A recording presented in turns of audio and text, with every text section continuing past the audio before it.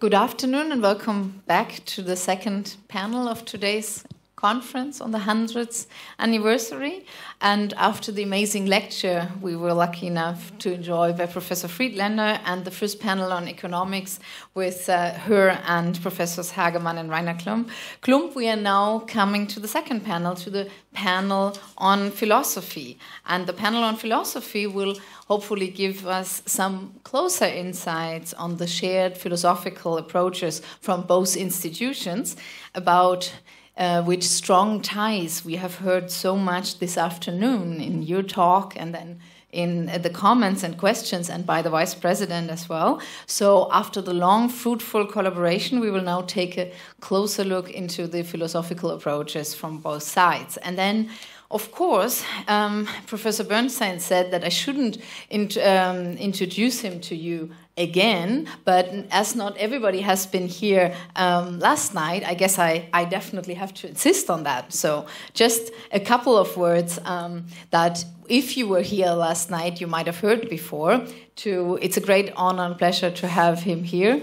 And after he was educated at the University of Chicago, Columbia and Yale, where he received the PhD. He taught at Yale and left for Haverford College. And I will quote just a few publications, just to mention Praxis and Action from 1971 and Beyond Objectivism and Relativism from 1993. But then, of course, the most important part, I'll make it very brief, is that in 1989, as you stated today, after becoming the president of the Eastern American Philosophical Association, he joined, and now I know it accurately, the graduate faculty of the New School, where he still teaches and where, as we heard earlier in your talk, together with Agnes Heller and Rainer Schürmann, he led the reconstruction of the philosophy department and also served as its chair for a couple of years, for over a decade, defining the character of this very special place in the global intellectual community. And he is very well known, of course, especially for his exchanges in the philosophical debates, and especially, of course, it is displayed in a number of philosophical exchanges with other contemporary thinkers like Hannah Arendt, and his work is famous for his writing on her, Jürgen Habermas, Richard Rorty, Hans-Georg Gadamer, Jacques Derrida, Agnes Heller, and Charles Taylor. And just as I said, I'll make it brief, I'll mention 4 more publications, his famous New Constellations, and last night we heard on Why Read Hannah Arendt Now, which he presented to us in an amazing way last night. So, well, quoting Rainer Forst's introduction from last night, we'll have to say it shows all the publication mentions, and not to forget Radical Evil and the Abuse of Evil. They show Bernstein as the political thinker, indeed as a true critical theorist. So we are very much looking forward to your remarks. I'm going to give a kind of impressionistic analysis of the history of philosophy at the New School. And I'm going to bring it, since this is a question that came up at the end, really bring it up to the present time. The way in which Judith structures her book, there are 3 beginnings, or new beginnings, of the New School. Of course, the origin in 1919, the significance of the University in Exile in 1933, and the third phase, which we didn't hear much about today, but it's important, is what happened in the period of the 80s. Of course, that was also a kind of new generation or regeneration, and it's where I come into the scene. If we go back to the first phase, as Judith made clear, that the New School, one of the things that you did not mention today, but I think is tremendously important, I always thought it was important, is the role of women. I think the key to the founding of the New School was the women who did it. I still think there's something about the New School that no other university, I think, in the world can claim. That the original board of trustees in 1919 included 50% of them were women. And I think the true story is if it weren't women, the intelligent women who were very frequently married, fortunately, to wealthy people, but really were frustrated because they couldn't do their own intellectual work, played a kind of vital role. It does mark the character of the New School because what's sometimes hard, I think, for people who are not Americans to realize the extent, not only was there discrimination against women. Remember, the Ivy Leagues in America did not have women until the 60s. But, of course, there were, even when I went to graduate school, there was still a numerus clausa for Jews.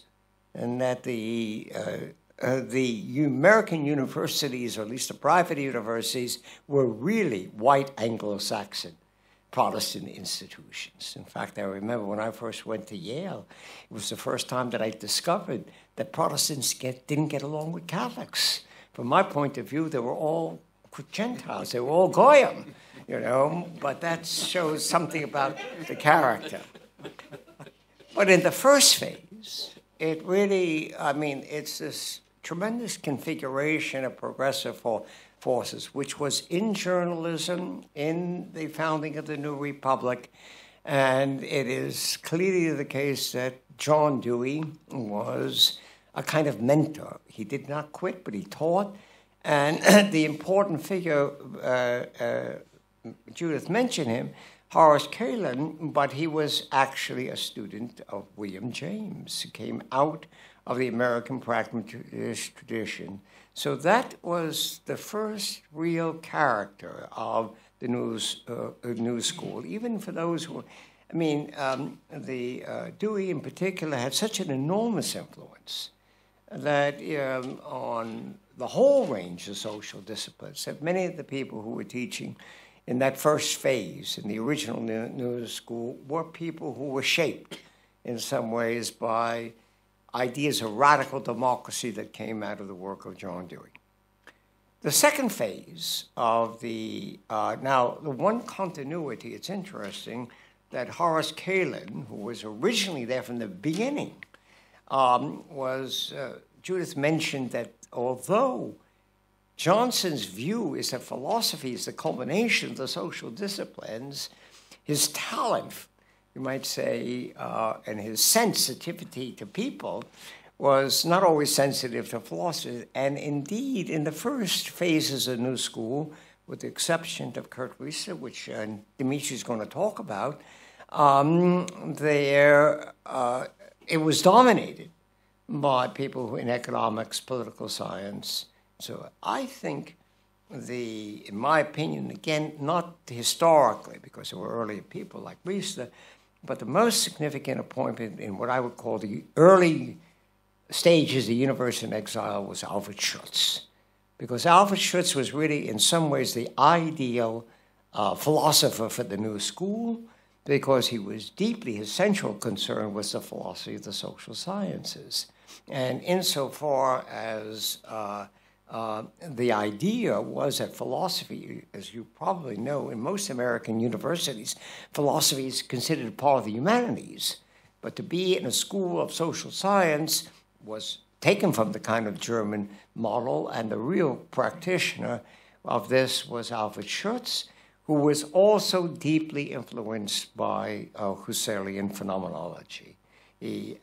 Although there were other figures, in fact, there's a recent book on the influence of phenomenology in America, which there's an article on the golden age of phenomenology that took place in the New School in the period of the 50s to the 70s. It was not only, and when Schutz himself was very close to Aaron Gurwitch, who was really quite orthodox in his phenomenology. I mean, it was really Husserlian phenomenology at that particular time, and really the New School in the particularly 40s and 50s really became the center of phenomenology in the United States.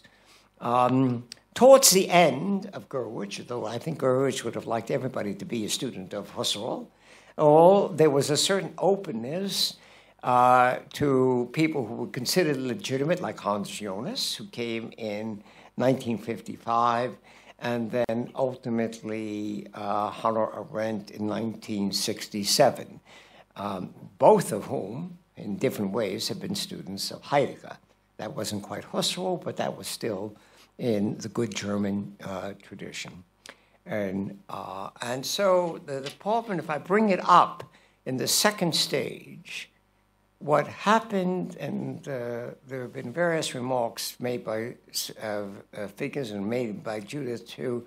There were a series, one thing that Judith did not talk about in here, but is extensive in her book, is all the times, the various phases in which it looked like the graduate faculty was going to collapse or that philosophy was going to be eliminated. This happened with Schutz in the period of the 50s. I think my analysis of what was happening in the 70s is that this is a period in which the original emigres or the subsequent emigres that come would begin to die out. And with a few exceptions, I mean, like pointing of Robert Halbrunner and others, the one thing that I think that the emigre scholars were not at their best at is how to build for the future. I mean, how, in some ways, to begin to adjust the American scene, to take it seriously, and to make a number of significant appointments. There were some exceptions to this who had the kind of vision. I think Hannah Arendt was one of them. The New School almost completely collapsed in the period of the 70s, the graduate faculty. It became so severe that at that time, in order for PhD programs to be authorized, they had to pass a certain amount of minimum test by the state. And 3 departments were, for various reasons, not always because of various kinds of negative reports, were no longer allowed to take PhD departments. They were political science, sociology, and philosophy. But I now would like to tell a personal story because you're going to see how this all relates to what happened later. I did have the good fortune to become a friend of Hannah Arendt in the last few years of her life. And the last time I had dinner with Hannah was in the spring of 1975. She invited me to have dinner at her apartment, and like a good Jewish mother, made sure I was eating enough. I came to speak to her. I wanted to speak to her about her friendship with Walter Benjamin. But she was extraordinarily agitated that night. And she kept returning to the New School because she thought that they were going to end philosophy at the New School, and this would be a disaster. I never forgot that conversation, and in a certain way she was prophetic, because by the end of the 70s, it was really chaos. There was at a certain point not a single tenured member. There was only one member of the philosophy department, and that was Rainer Sherman at that time. Later, because I had been a friend, earlier, I first met Ira Katznelson before he was dean. I mentioned yesterday, and many of you know, that I was a very close friend of Habermas. He actually spent a semester at my college in 1976, and he and I co-directed a course in Dubrovnik. In fact, that's where I met I met his former assistants. That's where I met Albrecht Wellmer. That's where I met Klaus Offer. This goes back. So this was all part of my background. And indeed, it was the intellectual friendship I had with Habermas. I became one of the first people in the United States really to introduce critical theory, his form of critical theory, in the book Restructuring of Social and Political Theory, which was written in the 70s. And in fact, when Habermas came and said, sometimes we were being constantly invited as a team, where we went to Berkeley, we went to Chicago, where I acted as mediator in some ways. Now, I was asked by Ira, when he became dean, to join what was called the Enabling Committee. I mean, the reason we had an Enabling Committee is there was such chaos at New School and so few people that they asked outside people. I was now not at the New School, not teaching at the New School, but to help rebuild it. For me, this was fulfilling the testament of Hannah Arendt, that she, who was so concerned, I was now in a position to help rebuild it. And I was then assigned to be head of the search committee for the first two appointments that I recommended were Agnes Heller and Albrecht Wellmer. Albrecht had been a visiting professor, but now I was recommending him as to be a regular faculty member, and he was then, and as I think some of you, I do know that Albrecht was one of the assistants of Habermas when they were at Frankfurt.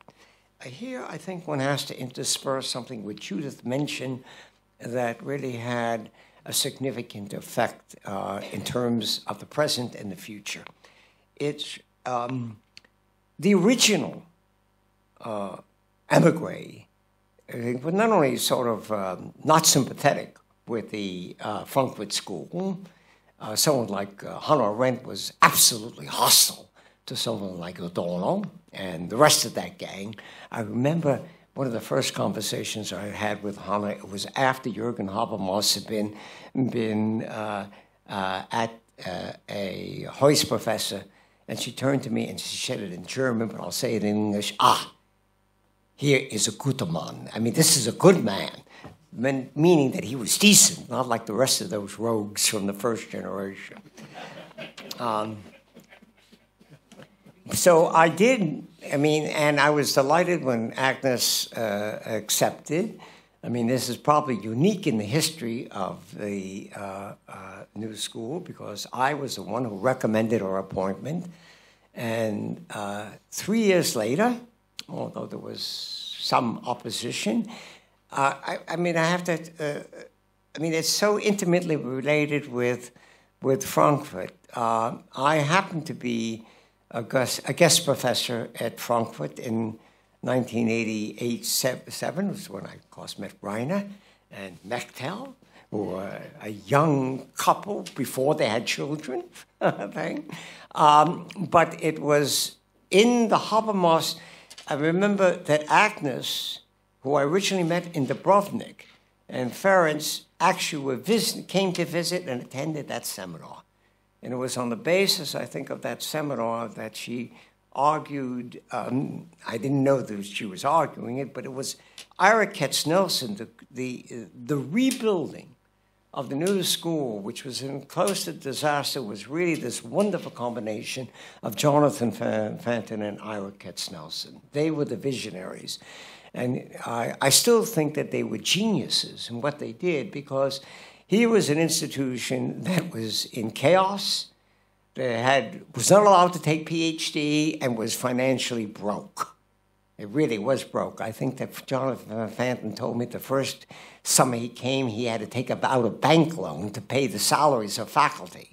But the way they rebuilt it is to go after one distinguished person after another. They first attracted Ari Zollberg, and then they tell us as if they put all the eggs in one basket, and that would make the thing. I remember when, and finally, I was offered this position in 1989. So you might say, I hired Agnes Heller. Agnes Heller hired me.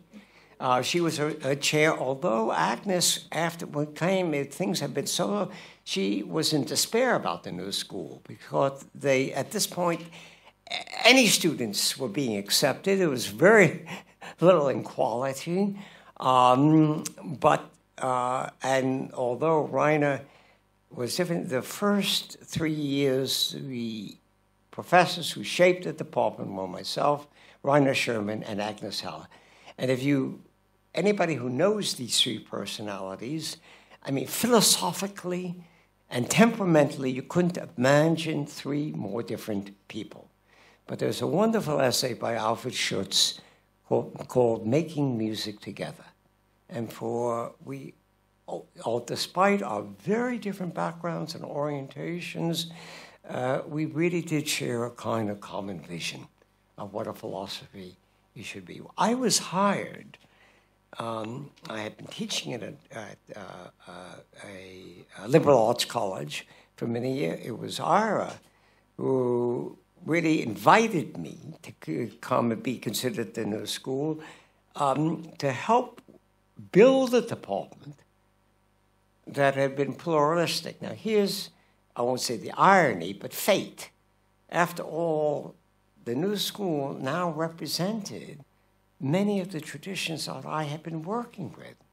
It represented, there was the older pragmatic tradition, which is because I wrote my first book on John Dewey. There was the interest in the course of knowledge I had already of Hannah Arendt. And now, I mean, it was in the that Habermas and I had worked together in Dubrovnik, and I had been visiting professors. So this was the kind of convergence of the various, and indeed, at that time we had a tradition where when you were given a name chair, you gave a kind of inaugural lecture. And as Judith well knows, the lecture I gave was how the new school represented the various traditions that had been part of my life. And from that point on, we began to work and rebuild. I mean, it's always, you always think you have good judgment, but it's a great deal of luck involved. I first did have the idea, I mean, at that time we were 3 professors and 2 junior professors. That was what the new school was when I first came, just 5 of us. There was a young woman who worked in phenomenology but left the new school. And one of the views I had is that, look, phenomenology had been such a strong part of the new school, we have to have this representative. And I'm pleased to say that we probably have the leading, certainly American scholar in Husserlian phenomenology, James Dodd, who has now recultivated the Husserl archives, but it was deliberate. It turns out that part of the report, when the new school was when it was being reviewed is that we had to take seriously Anglo-American philosophy. I had always worked in one of my fields, and indeed we went and we hired, I mean, this is later, it's the most wonderful appointment, now represented here is Dmitri Nikulin. I never heard of Dmitri Nikulin, but never underestimate the power of a student. We had a student at the new school, I had heard of Dmitri, who, of course, came originally from the Soviet Union, but had been taught with Victoria Hessler, and then, by almost a sheer accident, was given a fellowship at the University of Notre Dame for a semester. Well, at that time, we listened to students, we invited him, and he gave a lecture. I'll never forget it. It's just bowled us all over. What I eventually discovered is you could eliminate the whole philosophy department and just have Dmitri Nikulin. He could teach every one of our courses for us. And it's been and I've watched his progress from assistant professor to associate to very much of a distinguished and now former chair of the department. And so from there on in, we really wanted to seriously maintain the strong connection with Germany. Now, here's how tight the connection is. Because Velma was an assistant to Habermas, and we hired him as a permanent member of the faculty. Another permanent member of our faculty, of course, I began thinking that if you hire a German at the new school, that's the sure way they're going to get a professorship back in Germany. We did the same thing with Christoph Menke. Christoph Menke was part of the permanent faculty of the new school. And then began, I think, the significant influx of Heuss professors. Prior to my coming, just prior to coming, Karl Otto Oppel came. What was interesting about Oppel is when I was a visiting professor in Frankfurt, I was part of the seminar with Oppel and with Habermas, so there was that connection. And of course, as some of you know, among many of the other accomplishments of Karl Otto Oppel, he is the person who introduced into Germany the serious study of pragmatism, and particularly the work of Peirce, which is a philosopher that I had written about. So there was these intimate kinds of connections. Axel, I met, Honeth, was at that time, I guess, an assistant in '88 in Frankfurt. That's how I met him. But he then came to the new school as a Heuss professor and brought this very bright young assistant by the name of Rainer Forst.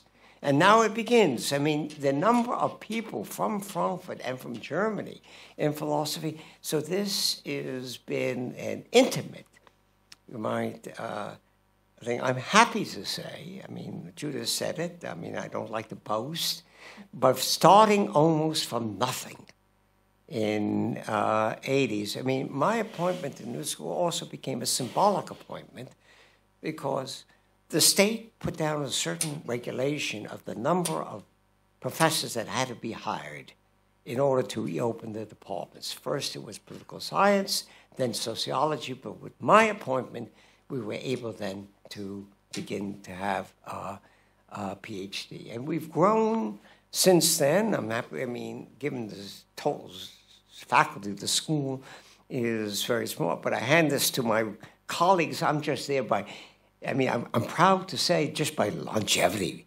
that every member of the department I played a role in hiring, thing. But we have succeeded, I think, in continuing to attract what I call new school types. That is, people who have a serious scholarly interest, but are also general intellectuals. So I'm very proud of the faculty that we have. One of the people that I should mention, who was a joint appointment in philosophy and political theory, now quite distinguished, is Nancy Fraser, who I'll just end by telling the story of Nancy Fraser.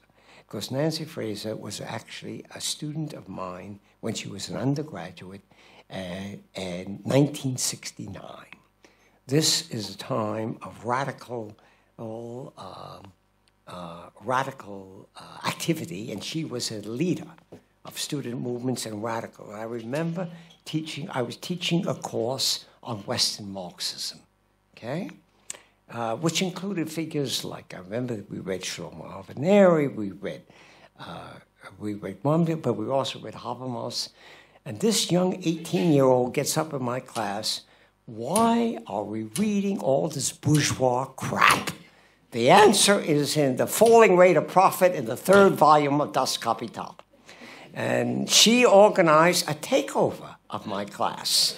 I said, if you don't like the things that I'm teaching, you organize it. This was one of the best courses I ever taught. The students took over, organized the material, prepared the referats. They were always prepared for it. It was a highlight of my teaching experience. So I take great pride that my distinguished colleague at the New School is now Nancy Fraser. So that's a brief impressionistic history of where we are today.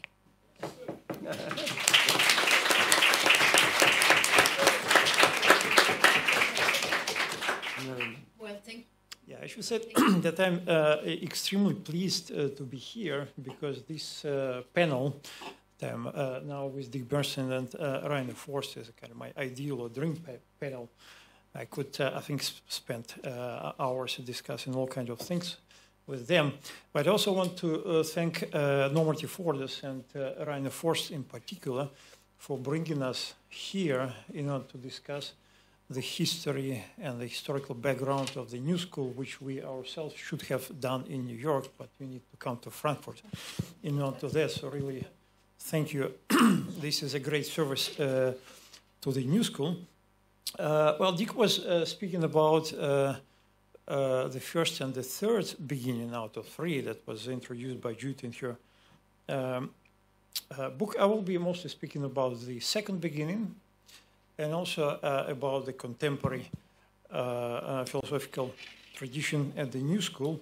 So Dick mostly mentioned the time when there was a deep influence, a deep interaction between the New School and Frankfurt University, when you could say between the Frankfurt School on Hudson and the New School on Main, there was a deep mutual influence. I always thought that the influence of the Frankfurt School on philosophy department was deeper, but in fact it also works the other way around, as I learned just today over the breakfast with Jürgen Habermas.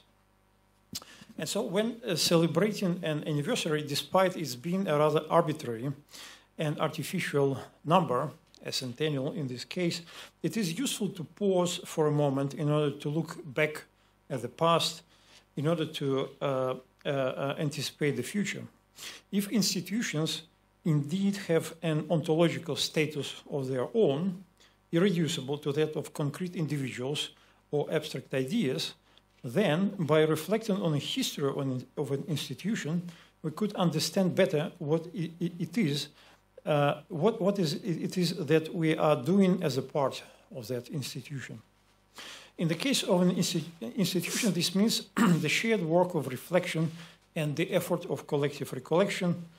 It is even more productive to get engaged in such a reflection in the exchange with and against the history of another institution, in this case, Frankfurt University and Frankfurt School, whose past and current activity could clarify certain features that are either forgotten or taken for granted in the currently accepted yet unreflected practices, which nevertheless get preserved, translated, and reinterpreted. The self-reflection on one's own institutional history, then, can be either done by direct transmittance and immediate experience from the kind of stories that we just heard from Dick Bernstein, or by historical documental evidence, which are in this respect similar to the immediate and cultural memory. In this sense, the current discussion can be extremely helpful and enlightening, especially since much has been written and done on the philosophical and intellectual history of the Frankfurt School, yet a definite and really exceptional history of the New School has been published just this year, penned by Judith Friedlander, whom we are very lucky to have with us. This is this book about which Rainer spoke, A Light in Dark Times.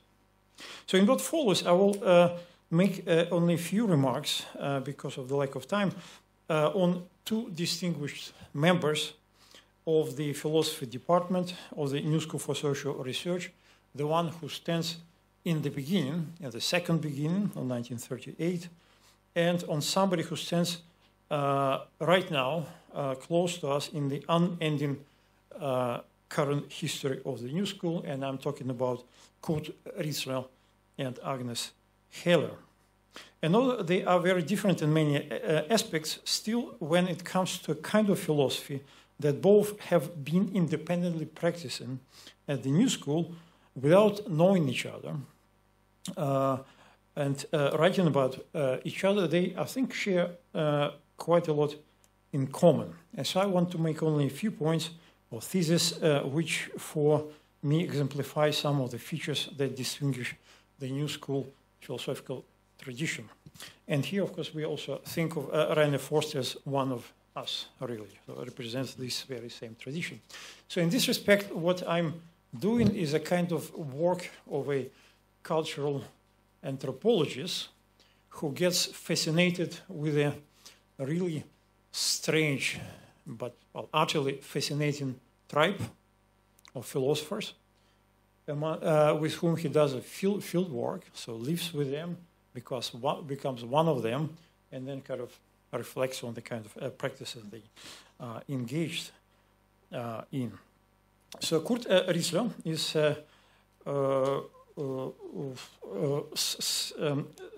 came to the New School in 1938 when he had to flee the Nazi Germany and stayed there until 1954.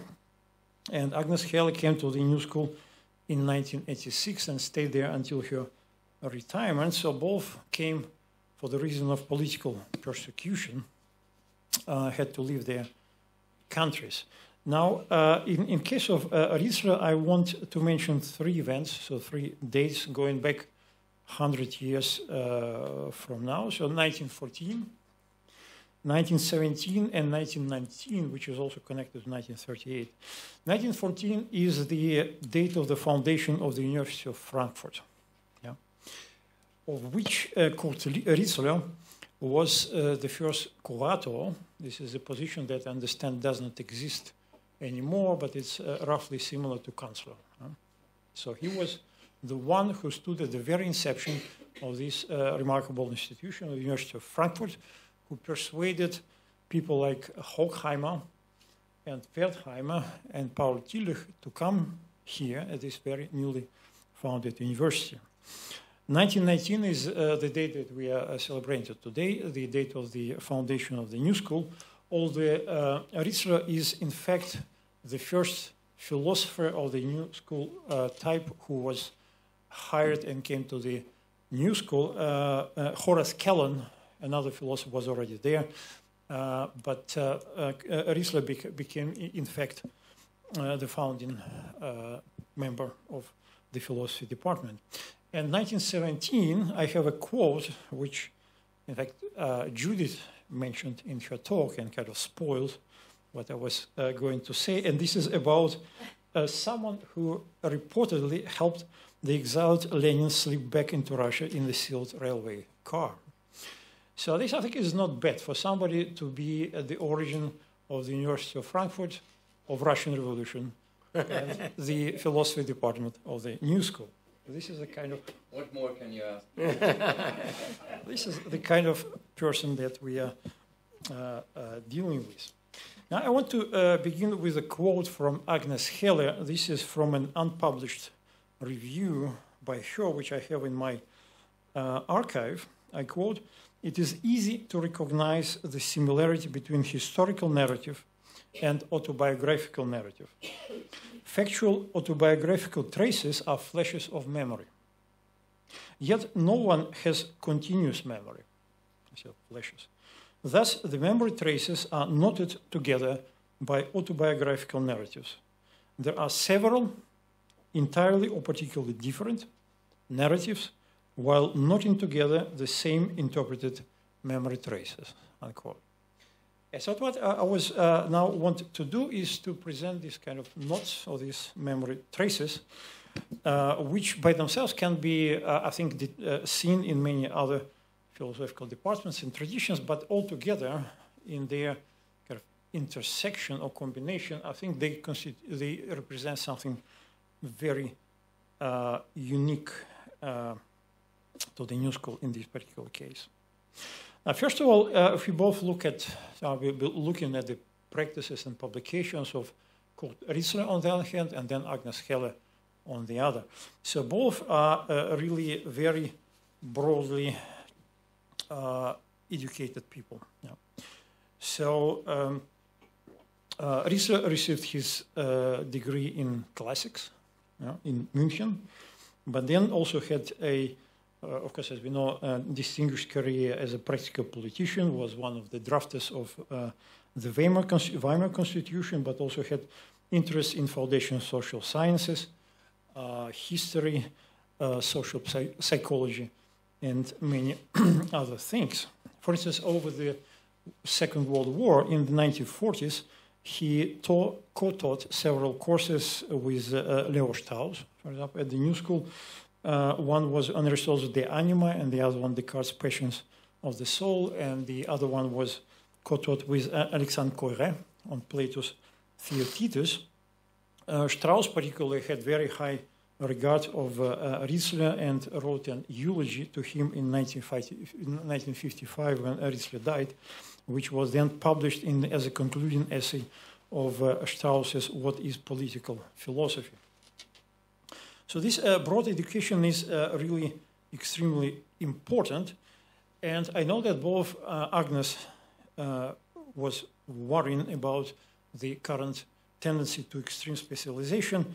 Now I quote from a paper by Kurt Riesler, which is called On the Psychology of Modern Revolution, which was published in the journal Social Research, which I'm sure many of you know, which is still ongoing, it being published at the New School in 1943. Here he said that the growing, this is, I quote Riesler, the growing demand imposes specialization on educational institutions. And then the more complex the world becomes, the more it demands specialization, the less it permits the growth of wisdom. So it's in terms of wisdom. This is a grave problem with which educational systems are wrestling without real success. Another important feature that we find in both Riesler and Heller is really very much politically engaged philosophy, which is very serious. In a sense, you could say inevitable engagement with political thought, not only as political philosophers ex professor, but in both of them, this is inscribed in their very biography, or as an attempt to rethink the deep political crisis of the 20th century. And this, I think, is really central to what both of them do. Here, I might mention a paper by, I just quoted, by Riesler on the Psychology of Modern Revolution, and here's another paper from 1944, The Social Psychology of Fear. And of course, in Agnes Heller, this is, comes up in many works on Marx, on theory of modernity, on one of her last books, From Utopia to Dystopia. Now, speaking about engagement with political philosophy, there's a figure that it's hard to come around when you are in the New School. So Hegel, of course, is central to many of the attempts, to many things that we do there. But we left Hegelians, and the most famous, important one of them is Marx. You know? And so Marx is somebody who you cannot really miss, and everyone has a very fascinating, uneasy, strange relationship with Marx. Some members of the department rejected Marx outright. For example, Riesler. We know that Hannah Arendt, Jonas were skeptical. Some people embrace Marx, like Agnes Heller and Bernstein, and others. But this is a figure with whom you always constantly need to be in dialogue, in discussion. Now, another important feature in both of these thinkers is a very unique combination, which I think is really unique to the kind it is done at the New School, of history philosophy and systematic philosophy. So one could say that without history philosophy, systematic philosophy is empty, and without systematic philosophy, history philosophy is blind. And so we know that Riesler wrote extensively on theoretical foundations of politics, of art, ancient philosophy, and structure of social life. Agnes Heller, as Judith Rinaldi mentioned, just shortly before her death, completed, I think, 4 volumes of history of philosophy, because at some point she told me that she's not quite satisfied with the fact that young philosophers don't know much about philosophy, history of philosophy, and of course in her usual style she decided to write 4 volumes of history of philosophy.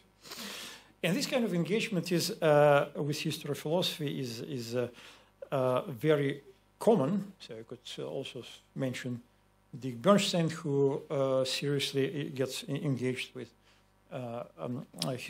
history of philosophy for the purpose of systematic philosophical elucidation. You could think of a recent book by Jürgen Habermas, You could also think about Rainer Forst's book on tolerance, which has a wonderful discussion of the historical philosophical background of the concept of tolerance.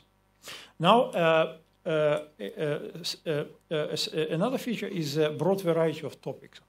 So nobody is, so both Rissler and Heller avoid extreme specialization. So let me here again quote from Kurt Ritzer's paper, Social Psychology of Fear, published in May 1944, where he says, I quote, "The universe of discourse splits wide apart." Universe of discourse, this is 1944. The universe of discourse breaks asunder, the democratic procedure is stalled. So he really thinks that the discourse about modernity is not only closely connected with democratic practices, but it's also connected to the kinds of philosophy that we are discussing. And he, in particular, wrote on many different topics. It's also quite telling that both of them have very few footnotes. Agnes Heller at some point told me that footnotes and endnotes are suspect. So why, if Hegel doesn't have any footnotes, why should I? Anyway, so from Plato and Aristotle to ancient tragedy, comedy, Hegel, Marx, Chernyshevsky in case of Agnes Heller, in case of Dick Bernstein, for example, pragmatism, Socrates, and many other points. Now, both of them are really engaged in thinking very deeply and carefully about history as a way to the critique of modernity. So here I can only refer to a paper by Rissler called The Historian and Truth, which I will not quote, but it's a fascinating paper from 1948. By the way, this was the paper read before the conference on methods in philosophy and the sciences at the New School for Social Research in December 1947. Of course, Agnes Heller has a book called A Theory of History, Philosophy of History in Fragments, Time is Out of Joint, Shakespeare as Philosopher of History, and many other publications. It's also remarkable that both of them, it's not only specific to Heller and Rissler, are very seriously engaged with the discussion of ancient philosophy. So ancient philosophy somehow always play a role. That you don't have to be a specialist on ancient philosophy, but it always resurfaces. For instance, Rissler wrote a book which I read quite some time ago, even before coming to the New School, on Parmenides, published by Vittorio Klosterman in 1934. In some way, this is kind of predates the contemporary Heideggerian way of reading ancient philosophy. And of course, Agnes Heller was very much engaged with ancient philosophy, with Plato and Aristotle all the time. Some of you might not know, but Dick Bernstein started as a scholar of Plato.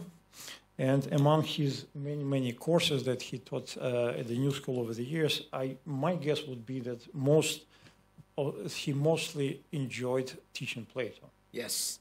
Right, here we go. And of course, Rainer Forst, the recent Buchmesse, among all possible topics for a talk, chose Plato. So somehow ancient philosophy really matters. Yeah, it's a kind of our cultural other against whom we construct our thought.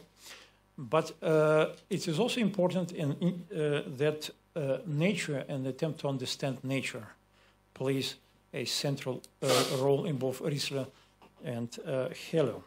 For instance, Rissler in 1940 published with Yale University Press a book which is called Physics and Reality, Lectures on Aristotle and Modern Physics, and the subtitle of the book, which to some extent predates the debates of 1970s and 80s on the role of ancient philosophy in constitution of contemporary natural philosophy, is published for the book published for the New School for Social Research.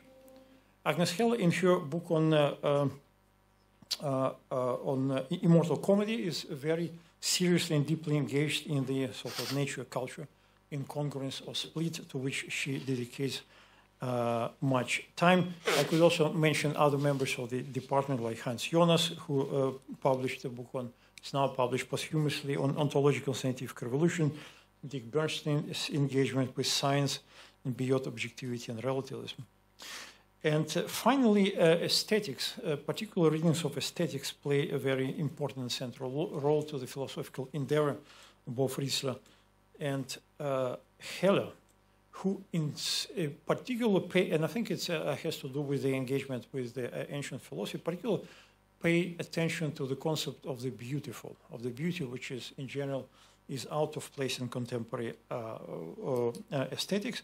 Riesler in 1935 published Traktat vom Schönen, zur Ontologie der Kunst, treatise on the beautiful.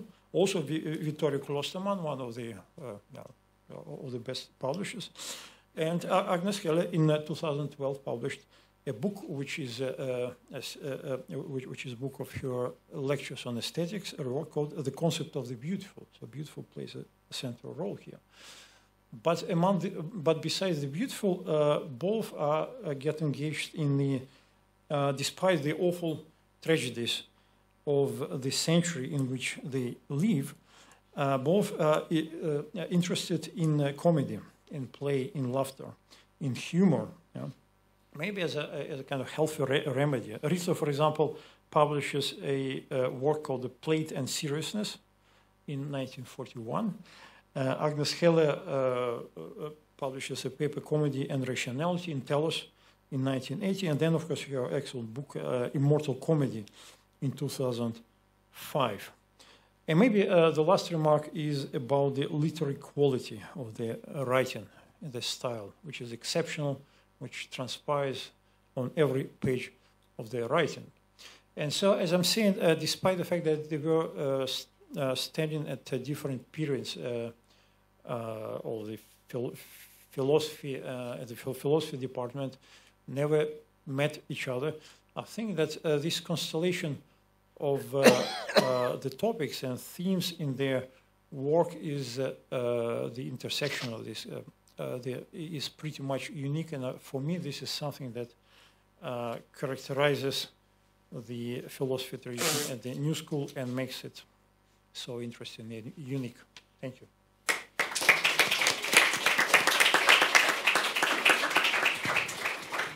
Well, thanks you very much, Dmitri, for that inspiring comment.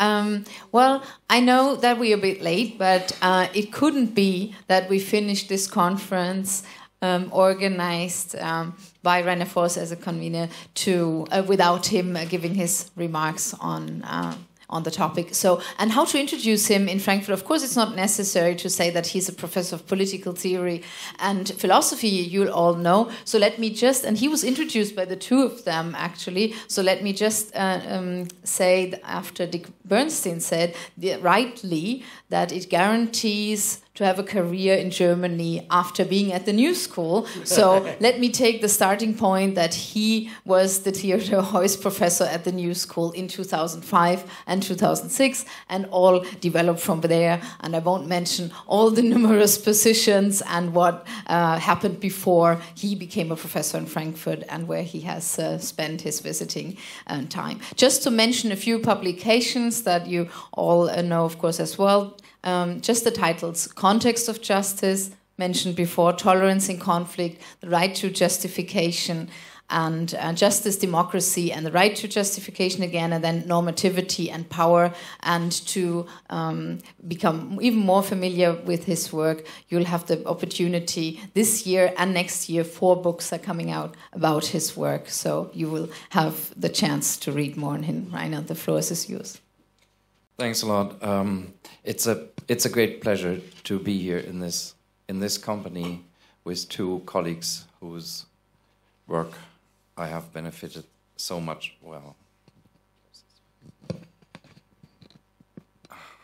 from and admire so much. And also thanks to you, Rebecca, for moderating this. I have never seen anyone who can, like you, think yourself into scientific context moderating a discussion, which is outside of your discipline. And being trained as a lawyer, I know makes you enormously cognitively flexible, and you have really mastered this. So thank you very much. I have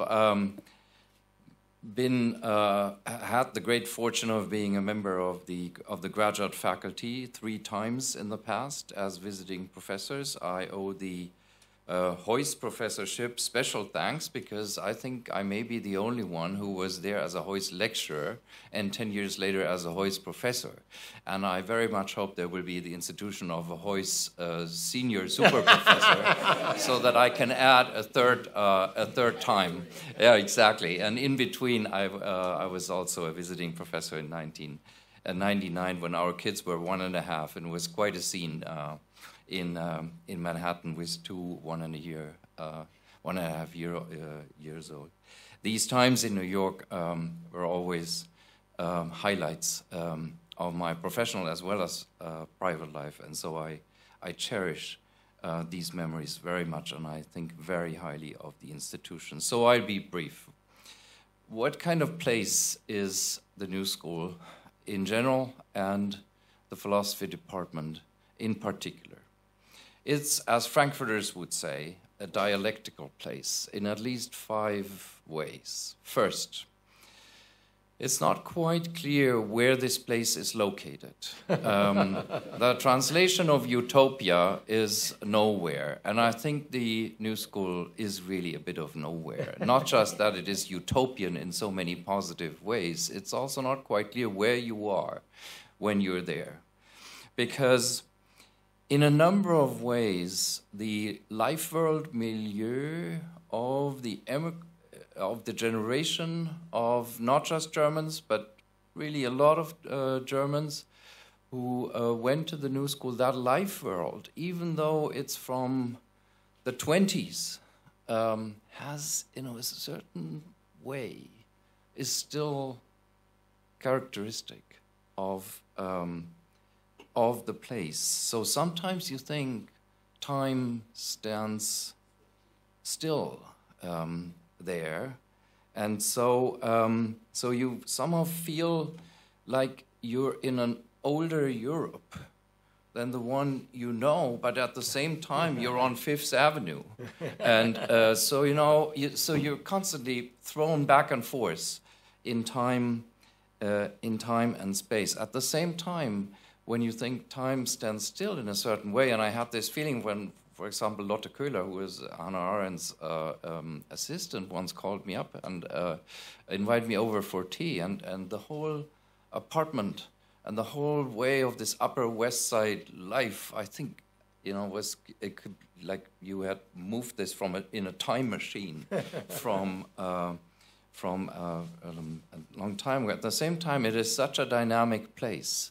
I've been to quite a few departments. I've never seen a more international, a more cosmopolitan place where you have students as well as faculty from basically every part of the world. And they come with their stories, they come with their identities, and it creates a new identity. So this is the dialectics in terms of place and time. In terms of how philosophy is done there, it's also amazing, because here, in some aspects, some virtues of European philosophy have been preserved that in almost all European departments you will no longer find. So there's a hermeneutic ethos, to be in dialogue with the classics, and many other virtues. I think a department that takes phenomenology so seriously, for example, as the New School, which is a typical or quintessential European or German tradition, is very rare. So again, there's a dialectic between Europe and non-Europe here. I've been teaching in both philosophy and political science. And I think it's remarkable, and that's the third dialectics, that it's not just that thinking there is done in an interdisciplinary way. I think what is remarkable is that among those who are in sociology, even economics, not to speak of political science, it's not just that they talk to philosophers, it's philosophical questions, for many of them, are considered, and I think that is Johnson's original idea, are considered as essential from within their own discipline. If, people there who do sociology, but they reflect on the philosophy of sociology as an essential part of what they're doing. So there's a disciplinary dialectic here, and it attracts people like Nancy Fraser and Sheila Ben Habib, who used to teach there, and many others who represent various disciplines. There's another dialectic which is remarkable, namely, philosophy there is done in an extremely productive way. We have two great examples here. If I ever managed to write half as fast as these two here, I would be a really speedy writer. And not to speak of the quality of the books they are producing. But at the same time, there's a constant reflection on what you're actually doing, which usually, when you do that as a scientist, you constantly interrogating yourself what you're doing while you're doing it, often stops you, right? And takes you out of your discipline. And the New School somehow is this magical place where this doesn't happen. And so I think it's the only place I've seen where, the Kuhnian revolutionary moment in scientific development has become a permanent state of affairs, which is another paradox. And then the last dialectics is between a political and non-political ways of doing philosophy. It's remarkable how in these courses, the dialogue with the text in classical hermeneutic fashion is at the center of things. And so it's not that you find a lot of attempts to instrumentalize the classics for current political issues, saying, Plato is either a totalitarian or an anti-totalitarian. But at the same time, while this goes on, this discourse with the classics, the political questions about the ways of life we lead politically are in that cosmopolitan group that in every seminar comes together in different constellations. The political questions about what's wrong with our way of life, how did we get here? And also the question, is there, some other way to live an organized collective life, is always present. There's not a single non-political moment in the New School. And at the same time, there are extremely non-political moments, like when you have a discussion in Dick's seminar with Hegel. You spend hours on certain questions. But so it's not that anything political needs to be spoken about, but everyone knows this utopian place we're in, which no one knows exactly how it came about and how it reproduces itself. This place is about us, and it's about the right way to live, secretly sharing the assumption that the way we live isn't quite. Whatever these classics teach us isn't quite what they meant. So there's a basic distancing move, and it's a dialogue about, or it's a big omnilogue about who we are, and about trying to find better ways of understanding ourselves and reorganizing collective life. That is at least my impressionistic way of if I were asked to briefly characterize what the New School philosophy department especially, but as I said, I think it's characteristic of other departments too. What kind of an unusual place this is. There's no other place like that.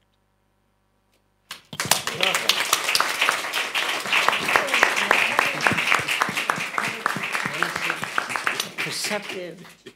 Well, thank you very much to Rainer Forst for summing up, I'd say, in a nutshell, with this dialectical explanations, what is so special about the New School. Hegel here. Do you think so, finally? Could be negative dialectics. Yeah, definitely. So thanks very much. I think that was an excellent panel. I think also, looking at the time, that now we are already half an hour past the time we originally wanted to stop. I think we will have the floor discussion some other time, and it's always good to... Or do you still feel like it? Well, I think actually, yeah, I think we should stop here. I think there there cannot be any better end as what we had now with the 3 presentations here. So thanks very much to Dmitri, Nikulin, to Dick Bernstein, and to Rainer Forst for this excellent panel this afternoon. And let us say, as we know that the colleagues at the New School are with us today through social media, and so let's say from here, congratulations for the birthday, and thanks for the wonderful collaboration after all these years, and which is certainly to be going on in the future. Thanks and happy birthday, and thank you all for being here. Good, lovely. Thanks. All right. Apologies for a non-discussion. Thanks to you again, Rebecca. Also thanks to the contributions to this conference from you all. Thanks also to the New School, which cooperated and also co-funded this this event, and thanks to the great staff of Normative Orders, which makes all this possible. Thank you. And to the one who made the conference possible, that is you. I always love the statement of Hans George Gottlieb, nobody has the last word. But I'm going to attempt to have the last word. I mean, when I first met Rainer in the 80s, I knew this was a remarkable person, but he never ceases to amaze me by his grace, his intelligence, and his perceptiveness, and his care for everyone. It's a great, lovely honor for all of us in the New School to be here in Frankfurt with Rainer, who is in some ways the spirit behind this, and beautifully, I mean, ideally, represents what we would like to think we are at the New School.